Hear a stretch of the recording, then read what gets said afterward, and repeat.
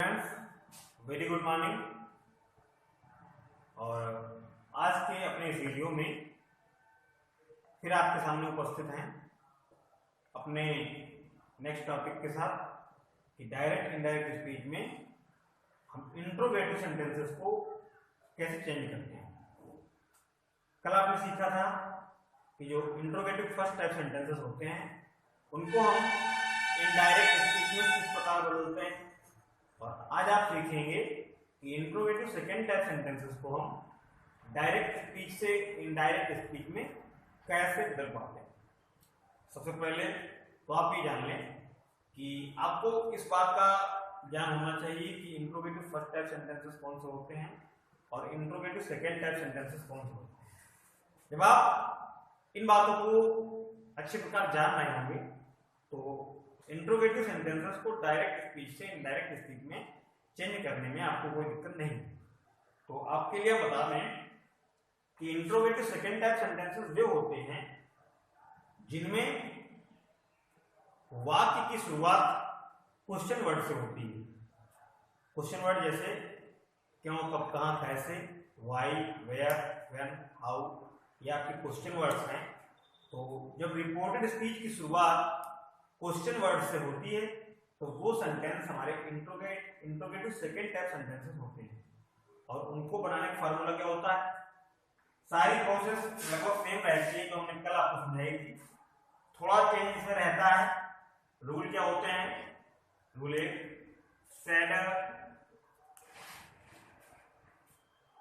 Said to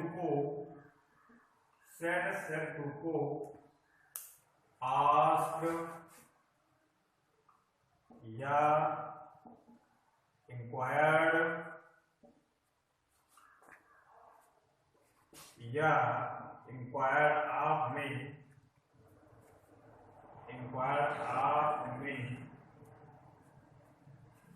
change कर देते हैं। इंट्रोगेटिव फर्स्ट टाइप सेंटेंसेस में आप कामा, इन्वर्ट कामा हटा के कंजक्शन के रूप में इफ या वेदर का प्रयोग करते थे, लेकिन रूल टू इसका हो जाएगा,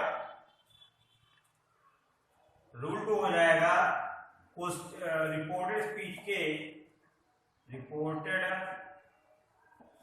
स्पीच में दिए गए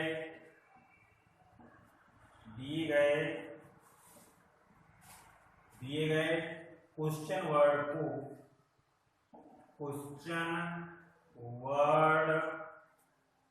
को ही हम कंजक्शन के रूप में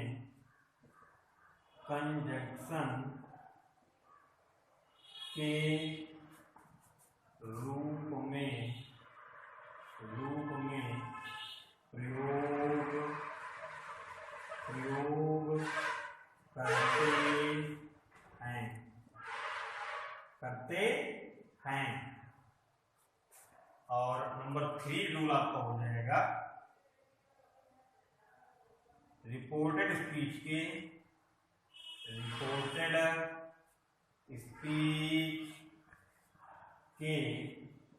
इंट्रोगेटिव सेंटेंस को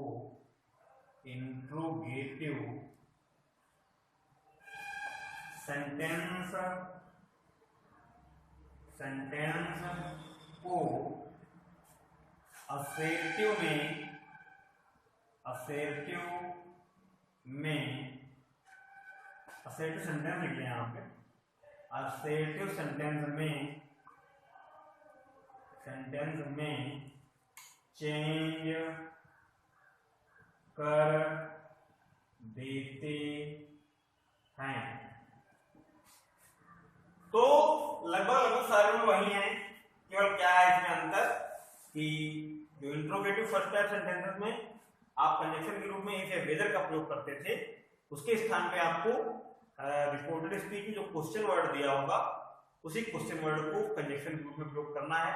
बाकी सारे रूल्स लगभग पहले जैसे हैं और आपको बोर्ड पे कुछ सेंटेंस बना के दिखाएंगे, उनसे कतई क्लियर हो जाएगा कि इंट्रोगेटिव सेकंड टाइप सेंटेंस को हम डायरेक्ट स्पीच से इनडायरेक्ट स्पीच में कैसे चेंज करते हैं। ये जो रूल्स आपको हम लिखवा रहे हैं, इन्हें आप अपनी नोटबुक में नोट करते रहें और कंफ्यूजन की स्थिति में ये इसके लिए यूजफुल होंगे। और अब आप देखेंगे कुछ sentence.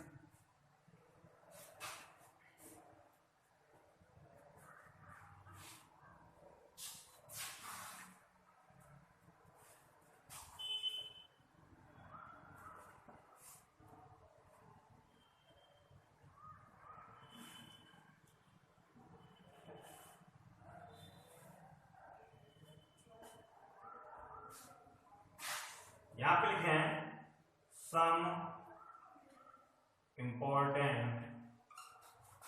some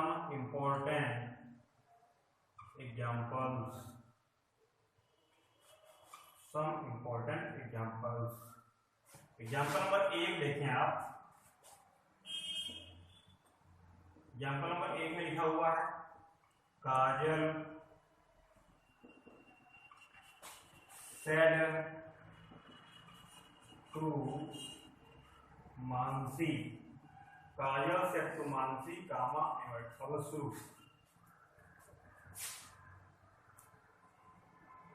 Why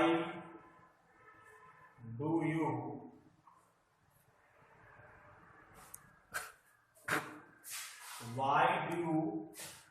make a noise in the class? Question mark invert comma बन। सेंटेंस लिखा हुआ है Kajal said to Mansi why do you make a noise in the class.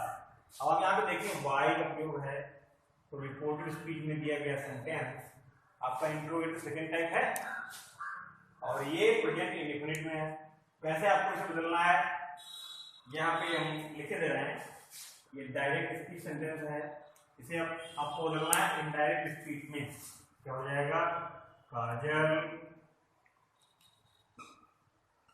Said to को आस्क्ड में चेंज कर देंगे, आस्क्ड मानसी, काजल आस्क्ड मानसी, कामा इनवर्ट कामा को हटा देंगे और कंजक्शन के रूप में जो क्वेश्चन वर्ड है रिपोर्टिंग स्पीच का, इसी को हम प्रयोग में लाएंगे। काजल आस्क्ड मानसी व्हाई।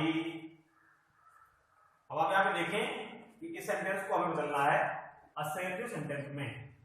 तो यू आपको कौन सा पर्सन प्रोनाउन है, सेकेंड पर्सन, तो ये हो जाएगा मानसी के अनुसार चेंज। तो मानसी के हिसाब से यहाँ पर हो जाना चाहिए सी, वाई सी, कौन, मानसी। प्रेजेंट इंडेफिनिट चेंज हो जाता है पास्ट इंडेफिनिट में। तो why see make a noise हो जाएगा made a noise in the class. अब हमारा सेंटेंस चेंज हो गया है इनडायरेक्ट स्पीच में। क्या आपको देखना है यहाँ पे, सेड टू को आज में चेंज कर देंगे। अगर सेड है तो केवल तब भी आज में चेंज करेंगे, ऑब्जेक्ट नहीं है तो कोई बात नहीं। लेकिन फिलहाल इसमें यहाँ पे ऑब्जेक्ट है, तो लिखा हुआ है काजल सेड टू मानसी, काजल ने मानसी से कहा why do you make noise in the class, तुम कक्षा में शोर क्यों मचाती हो। तो सेंटेंस को इनडायरेक्ट में बदलने से पहले यदि आप इसकी हिंदी निकाल लें तो ज्यादा संभावना रहती है कि वाक्य के सेंस को हम अच्छे प्रकार समझ पाएंगे और गलती की गुंजाइश कम रहेगी। तो काजल मानसी से कहती है तुम कक्षा में शोर क्यों मचाती हो, यानी एक प्रश्न पूछती है। तो काजल ने मानसी से पूछा why she made a noise in the class. Why को हमने कंजक्शन के रूप में प्रयोग कर दिया और इंट्रोगेटिव सेंटेंस को हम चेंज कर देंगे असर्टिव में। तो ये चेंज हो गया she made a noise in the class. और अब आप देखेंगे एग्जांपल नंबर 2। एग्जाम्पल नंबर 2 लिखा है, Gaurav said to Vinay, Gaurav said to Vinay, I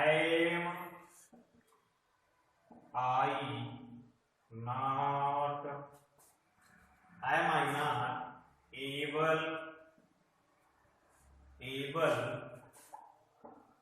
to help these poor men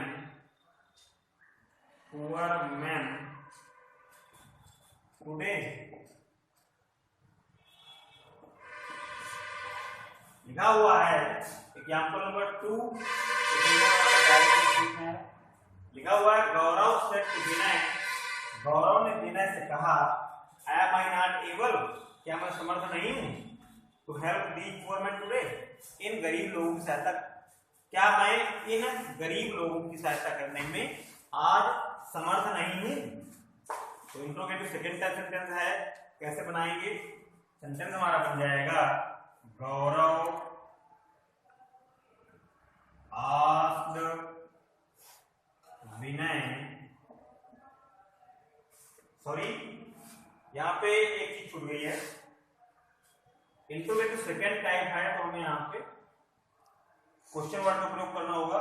तो Gaurav said to Vinay why, comma invert comma, Y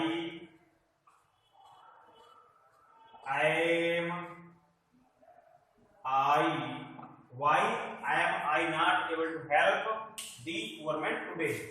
अब ये इंट्रोगेटिव सेकंड टाइप सेंटेंस हो गया है, तो हम कैसे बनाएंगे इसको, गौरव asked Vinay,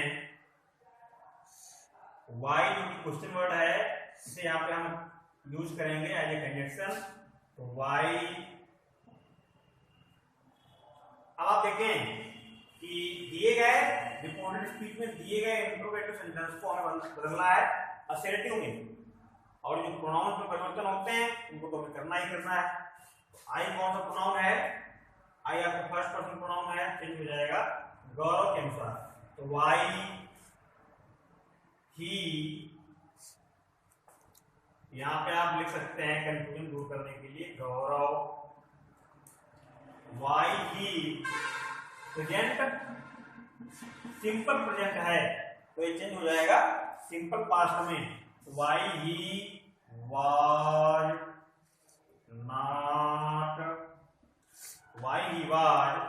not able to help these का स्टूडेंट हो जाएगा दोज पुअर मैन, और टुडे का हो जाएगा दैट डे, टुडे का हो जाएगा दैट डे, फुल स्टॉप लगा देंगे और क्वेश्चन मार्क को हटा दिया जाएगा। सेंटेंस क्या बन गया है, सेंटेंस आपका बन गया है, गौरव आस्क्ड विनय व्हाई ही, यानी Gaurav was not able to help those poor man today, का हो जाएगा दैट डे।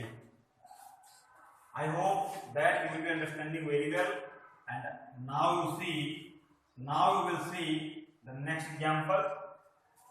अगला एग्जांपल लिखा हुआ है, the passenger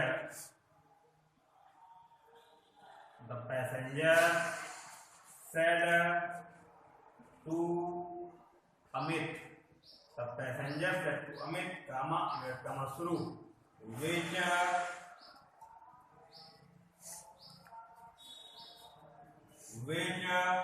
is the shortest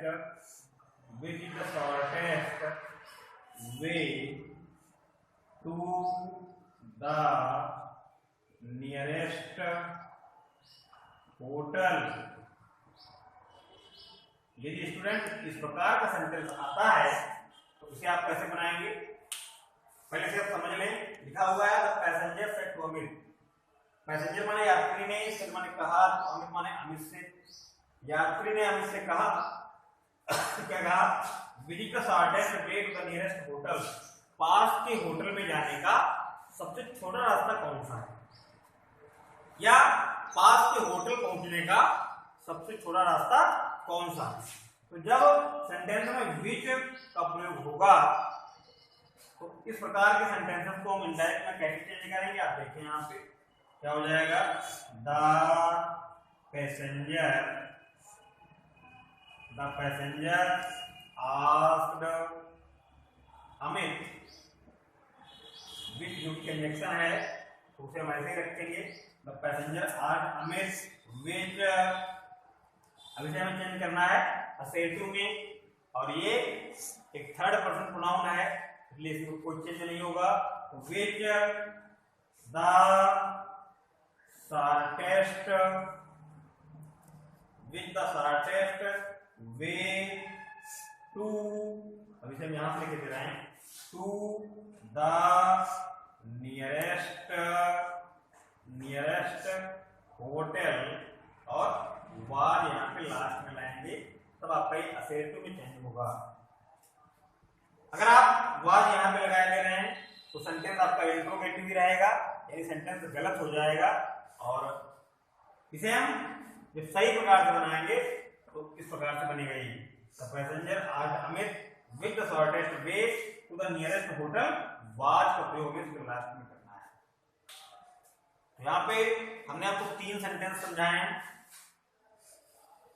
और किस प्रकार से इंट्रोगेटिव सेकेंड टाइप सेंटेंसेस को आप डायरेक्ट स्पीच से इनडायरेक्ट स्पीच में चेंज करेंगे, ये बताने का प्रयास किया है। सबसे जरूरी बात आपको है वाक्य का सेंस भी आपको ध्यान रखना है, और जब आप सेंटेंस को इंट्रोगेटिव से असेरिटिव में चेंज करें, थोड़ा स्टूडेंट्स को कंफ्यूजन वही रहती है, तो यहाँ तो वाक्य का सेंस याद रखें और ये याद रखें कि सेंटेंस आपका असेरिटिव में चेंज हो जाए, और उसके बाद कुछ और उदाहरण इससे संबंधित आपको बोर्ड पे लिख के समझाएंगे। स्टूडेंट्स, एग्जाम्पल नंबर 4 हमने आपके सामने लिखा है, सीमा सेड टू सुरेश, सीमा ने सुरेश से कहा, कामा शुरू हुआ है ब्रोकन द प्लेट, प्लेट किसने तोड़ी है। तो जब सेंटेंस किस अवस्था में होगा तो उसे हम डायरेक्ट स्पीच से इनडायरेक्ट स्पीच में कैसे चेंज करेंगे, आप यहाँ पे ये जानना है। क्या हो जाएगा, सीमा सेड टू को हम चेंज कर देंगे आस्क्ड में, asked Suresh, Seema asked Suresh, who जो कि क्वेश्चन वर्ड है तो उसे हम कंजक्शन के रूप में लाएंगे, हु। और एक बात, जब सेंटेंस में रिपोर्टेड स्पीच में हु का प्रयोग होगा, क्वेश्चन वर्ड हु का प्रयोग होगा, तो हमें उसे इनडायरेक्ट में बदलने के लिए हु के बाद हेल्पिंग वर्ब तुरंत ही लगानी पड़ेगी, क्योंकि हु स्वयं में एक सब्जेक्ट होता है। और वो कैसे चेंज होगा, सीमा आस्क्ड सुरेश हु हैज का हो जाएगा had broken, who had broken the plate. यहां पे ये नहीं होगा who broken the plate had, ये गलत हो जाएगा आपको। और इस प्रकार से हम बनाएंगे, Seema asked Suresh who had broken the plate. जब हु का प्रयोग होगा तो हु के बाद आप हेल्पिंग वर्ब तुरंत लगाएंगे, इस बात को आपको याद रखना है। और एग्जांपल नंबर 1 और देखेंगे आप, गायत्री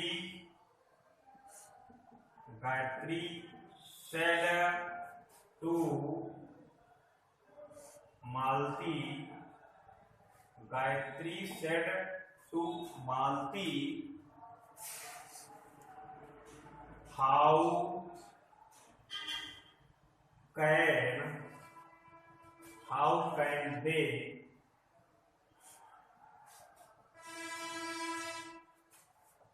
lift this heavy